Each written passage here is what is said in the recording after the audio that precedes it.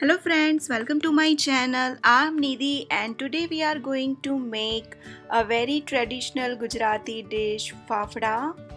In this recipe, I will show you how to make Fafda which tastes similar to the Fafdas you get outside. Please follow all the tips and tricks given in this video and then you will have a very nice and soft Fafda. If you are new to my channel, then please do subscribe to my channel. Also click on the bell icon so you never miss another update, and let's get started. Add 2 cups of chickpea flour into a mixing bowl. 1 teaspoon of carom seeds. Now take 3/4 cup of water. Into that add 3/4 teaspoon of salt and the same amount of papad kharo. Now I will recommend you to use papad kharo instead of baking soda because the perfect result of fafda comes with the papad kharo. Now dissolve everything into water and keep it aside. Now into flour mixture add 5 teaspoons of oil. Now first mix oil into the flour very well. Add 1/4 teaspoon of turmeric powder. Now we will prepare a dough with the water mixture we have prepared earlier. Don't add all the water at a time. Add slowly and keep on kneading. We will need paratha consistency dough.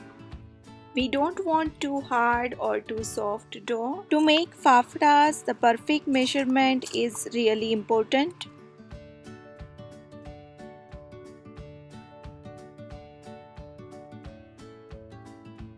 To knead this consistency dough, I used all the water.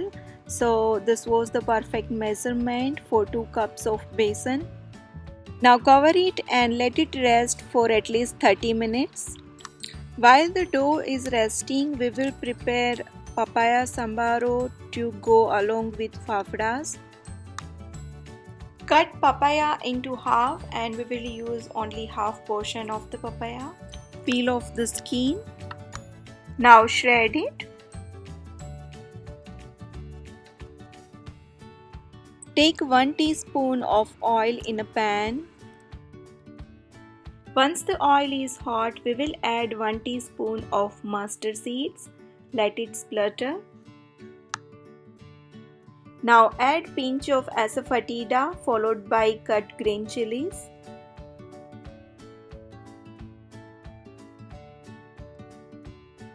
And now transfer all the shredded papaya into the pan. Now saute the mixture until it gets tender. Now add salt to taste and our sambharo is ready. Turn off the stove and keep this aside. Now let's get back to our fafda dough. Now add around 1 teaspoon of water. We have to knead this dough until gluten is formed in this dough. And this is very important step, so don't skip this. Now again I am going to add half a teaspoon of oil and keep on kneading. We have to knead this dough at least for 5 to 7 minutes.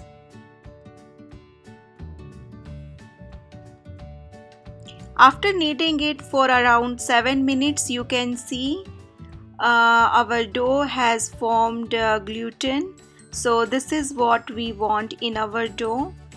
Keep on kneading until you get this texture. To make fafda, we will need wooden surface like this. I am using chopper here. Also require a knife which is thin and sharp. If your knife is thick, then you will have a hard time in order to remove fafdas from the surface. Now we will make our fafdas. So for that take a small portion from the dough and make oval shape out of it like this.